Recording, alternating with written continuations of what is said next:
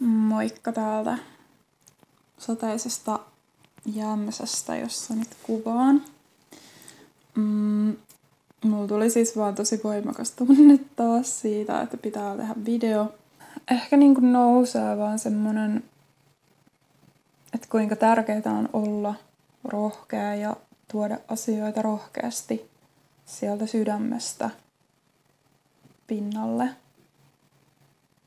Et vaikka tuntuisi pelottavalta sanallistaa, kehollistaa jotain tunteita,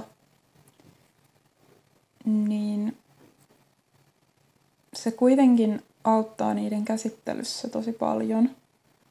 Että mullakin niin kun on huomannut viime aikoina, nyt kun mä oon uskaltautunut menee siihen, että mä oon tuntenut itteni hirveän niin kun, tavallaan dramaattiseksi, kun on uskaltanut niin kun heittäytyä hetkeksi niihin tunteisiin, niin se on auttanut mua pääsen niiden läpi, kun aikaisemmin mä oon aina silleen jäänyt niihin vellomaan ja ne on tavallaan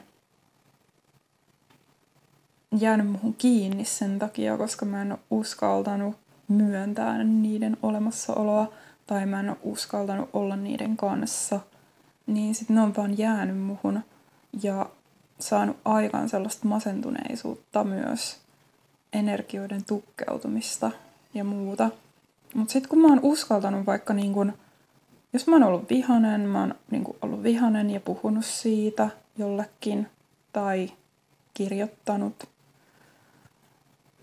antanut sen tunteen tulla, niin sit se on mennyt ohi.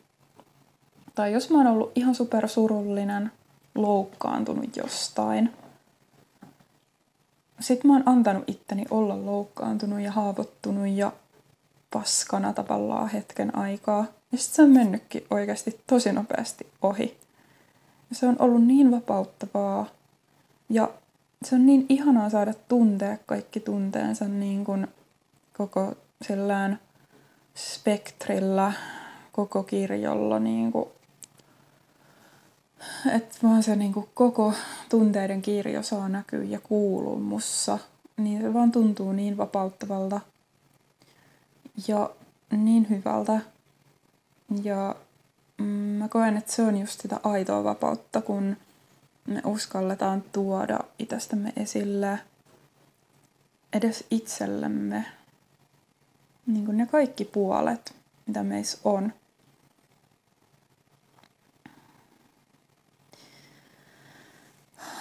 Joo, se oli nyt kaikista tärkein juttu, mitä mun tähän hetkeen piti sanoa. Mutta tässä on vielä joku muukin juttu.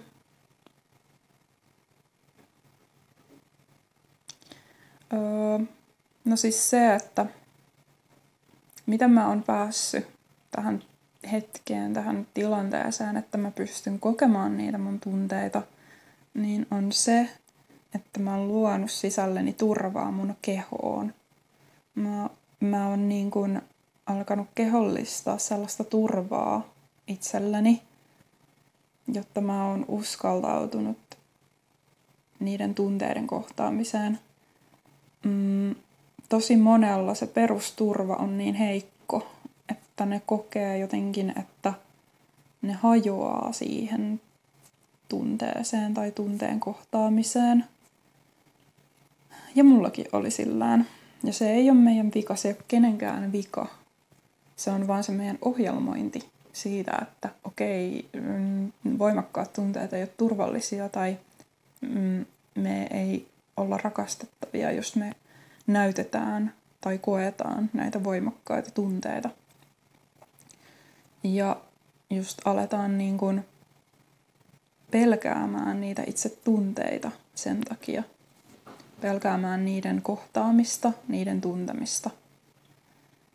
Mutta jos me vaan uskallettaisiin ja niin kuin rauhoitettaisiin itsemme niiden äärelle, rentouduttaisiin niiden äärelle, kuulosteltaisiin sitä kehoa ja kehon tuntemuksia,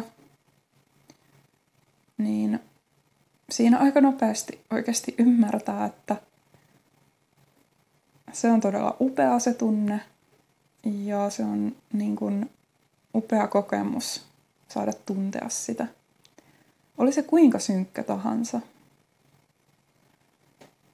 niin se silti niin kuin, se tavallaan syventää sun elämässä ihan kaikki värit siinä kohtaa, kun sä uskallat katsoa sinne niin kuin pimeimpään mustaankin, niin siinä kohtaa niin kuin kaikki värit alkaa loistaa, koska se valo alkaa päästä sinne pimeimpään mustaan, niin kaikki värit alkaa näyttää paljon kirkkaammalta.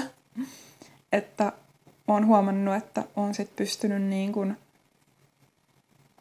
olemaan tavallaan siinä samassa tilassa, missä mä oon ollut lapsena, että välillä itkee ja välillä nauraa ja on sellaisessa niin kuin flowssa ja vapaassa virtauksessa, luonnollisessa virtauksessa, missä mä tiedän, että mun kuuluukin olla.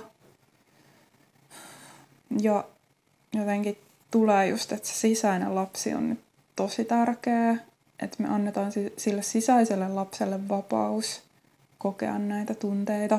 Ja tosi monilla se on just sen sisäisen lapsen työstämistä siinä kohtaa, kun työstää näitä tunteita ja tätä autenttisuutta, koska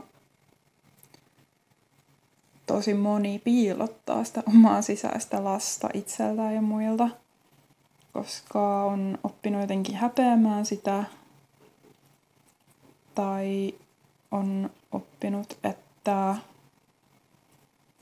se vaan pitää piilottaa tai sillä on jotain ominaisuuksia, jotka ei mukamassa ole hyväksyttäviä. Niin mitä enemmän uskaltaa niin kuin kohdata sitä sisäistä lasta ja sen kokemuksia ja tunteita ja toiveita, tarpeita, niin sitä lähemmäs mun mielestä pääsee myös sellaista autenttisuutta ja autenttista aitoa onnellisuutta, aitoa iloa ja täyttymystä. Joo. Musta tuntuu, että tässä oli nyt pääasiat tähän videoon. Olen tosi kiitollinen, kun katsoit tämän mun videon. Ja jos viittit, niin tykkää tästä ihan siellä YouTubessa. Niin tän ehkä löytää joku muukin. Ja kuulisin mielellään teidän kommentteja, ajatuksia tästä autenttisuus ja tunteet teemasta.